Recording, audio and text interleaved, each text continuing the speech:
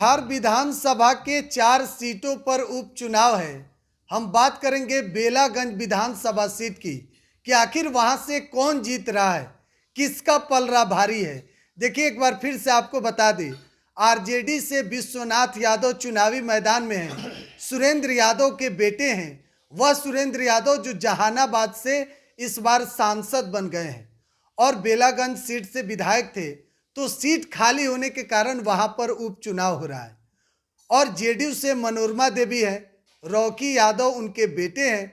और देखिए, प्रशांत किशोर के पार्टी से मोहम्मद अमजद चुनावी मैदान में है। तो इस बार मुकाबला जो है वह त्रिकोणीय है, यानी कि 3 लोगों के बीच में है। आप सीधा मुकाबला एनडीए और महागठबंधन के बीच नहीं कह सकते हैं। इन तमाम मुद्दों पर बात करेंगे। हमारे साथ बिहार उदय न्यूज के संपादक उदय जी जुड़ चुके हैं। क्या कुछ लग रहा है, किसका पलड़ा इस बार भारी है? हिमांशु सिंह जी, आपका बहुत बहुत धन्यवाद। कल सभा देखे हैं, तेजस्वी यादव का घुमचा दिए हैं। राजद के गमछिया बंधले अपना सर जी, मजनुआ हमर आरजेडी लभर जी। मालूम है कि नहीं मालूम है?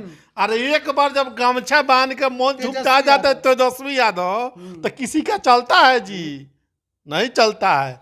तो देखिए, आरजेडी से 34 सालों से वहां पर उस सीट पर लगातार सुरेंद्र यादव थे और दबदबा था। और उसके बाद अब आरजेडी ने वहां से उम्मीदवार बनाया उनके बेटे डॉक्टर विश्वनाथ यादव को उम्मीदवार बनाया। और जेडीयू से मनोरमा देवी, नीतीश कुमार की काफी करीबी, और साथ ही साथ वहां से प्रशांत किशोर जो कि बेलागंज में खेला कर रहे हैं, कि बेलागंज में खेला करेंगे और मुस्लिम को टिकट दिए हैं मोहम्मद अमजद को, और कर रहे हैं 20,000 से अधिक मतों से हम बेलागंज जीतेंगे। 20,000 मत से कर रहे हैं। प्रशांत किशोर कह रहे हैं, हम नहीं कर रहे हैं। प्रशांत जी का स्टेटमेंट है कि बेलागंज में हम खेला करेंगे और 20,000 से जीतेंगे। तो किस दम पर कर रहे हैं? तो लड़ाई वहां मुख्यतः पहले 2 गठबंधन के बीच होते आया है, एनडीए गठबंधन या महागठबंधन। लेकिन प्रशांत किशोर उसमें त्रिकोणात्मक लड़ाई बनाने का प्रयास कर रहे हैं। क्या लग रहा है? कल तेजस्वी यादव वहां गए थे, मंच से पूरा एकदम सामने 10,000 से अधिक भीड़ था। आप देखे भी थे कि किस तरीके से वहां पर जो भीड़ है लोगों का, पूरा एकदम सर चढ़ के बोल रहा था। और तेजस्वी यहाँ से भाषण भी दे रहे थे, लालू यादव का डायलॉग मार रहे थे। आप सुने थे? अच्छा, एक वो डायलॉग सुने हैं, जब राजद को भैंसी नहीं पटक पाया तो भाजपा वाला पटकेगा। सुने हैं? ये तेजस्वी का भाषण नहीं है, लालू यादव का भाषण है। तो पुत्र किसके हैं? लालू यादव के। लालू यादव का पुत्र है तो गुण होगा ना जी उसमें। तो वहीं वो पूरा किए हैं। 10,000 पब्लिक थी, काफी अच्छी खासी जनसंख्या थी। और बेलागंज में उनकी लड़ाई पिछड़ती हुई दिख रही थी। कल के सभा से तेजस्वी यादव जी अभी आगे चल रहे हैं। हालांकि आज वहां पर देखने वाली बात ये होगी कि नीतीश कुमार जी की भी आज 4 विधानसभा जो उपचुनाव उसमें उनका सभा होने वाला, उसमें कितना भीड़ आता है। तेजस्वी यादव कल गए हुए थे। आप मानते हैं कि तेजस्वी के जाने से स्थिति मजबूत हुई है आरजेडी की? और जो एनडीए में है, चाहे नीतीश कुमार हो या फिर भाजपा, देखिए दोनों में खलबली मच गई है। देखिए, रामगढ़ में भी पिछड़ रहे थे, तो रामगढ़ में सुधाकर सिंह के छोटे भाई अजीत सिंह लड़ रहे हैं। तो तेजस्वी ने रोड शो करके दिखा दिया है कि हम कौन है। तो ठीक उसी तरह बेलागंज में भी ऐसा न, क्योंकि वहां पर मुस्लिम वोटर सबसे ज्यादा है, यादव दोनों मिलाकर लगभग 1.5 लाख के आसपास वोट है। दोनों कोर वोटर आरजेडी का माना जाता है।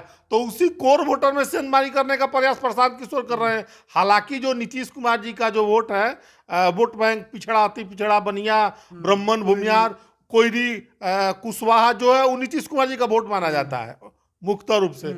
लेकिन जब मुस्लिम और यादव आप देख रहे हैं लगभग 70,000 और फिर इधर 62,000 के 62,000 लगभग आप देख सकते हैं।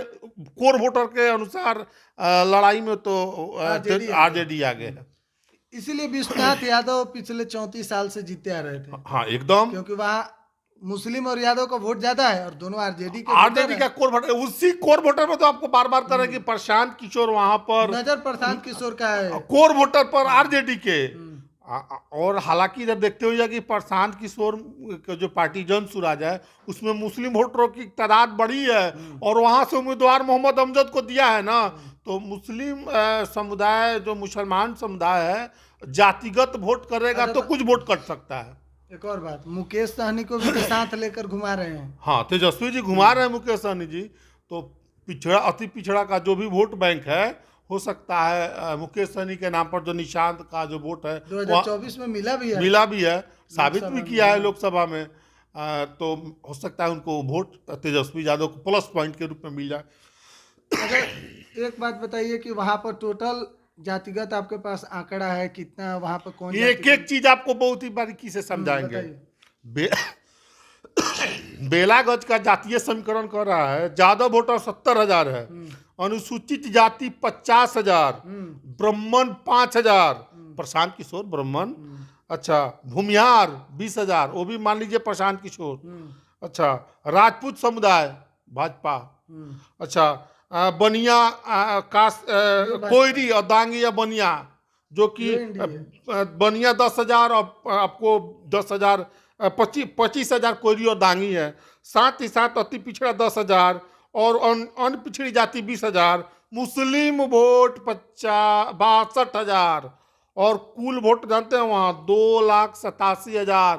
ये जो आंकड़े बता रहे हैं वोटर के हिसाब से लड़ाई वहाँ त्रिकोणात्मक देख रही है कि मुस्लिम यादव वोट आपको मानिए तो आरजेडी का पक्ष का महागठबंधन का जो उम्मीदवार है उनके, और पिछड़ी अन्य जातियों को मिला दीजिए तो जो है नीतीश कुमार का वोट 2 गठबंधन, और तीसरा जो प्रशांत किशोर वहाँ कोर बनाने का प्रयास कर रहे हैं उसमें भूमिहार ब्राह्मण 25,000 और मुस्लिम वोट भी वहाँ से जो हमारे पॉलिटिकल सोर्स से बता रही हैं, सूत्रों का वाले से जो हमें खबर आ रही है उसके अनुसार विस्फोटक खबर ये है कि वहाँ पर प्रशांत किशोर भी 20,000 से खेला करने के लिए तैयार है, उनका भी कुछ कोर वोट प्रशांत किशोर भी। लेकिन सबसे बड़ी बात है वहाँ 34 साल से राजद का लहर रहा है, एक परिवार का दबदबा रहा है।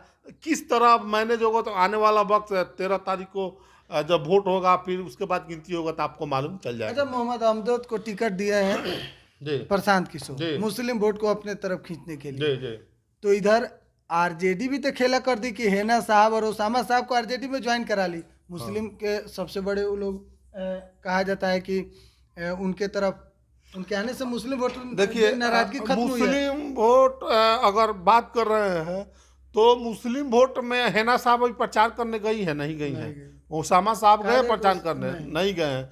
उनका हेना साहब का प्रभाव पूरे बिहार में उतना नहीं जग सकते हैं जितना सिवान गोपालगंज में है उनका प्रभाव।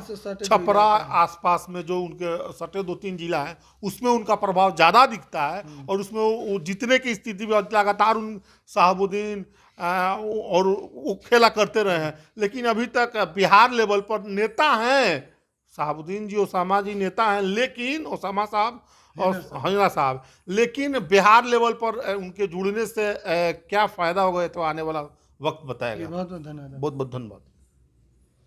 तो जाते जाते आप लोग चैनल को सब्सक्राइब करके कमेंट बॉक्स में ज़रूर बताइएगा। तब तक के लिए बहुत बहुत धन्यवाद।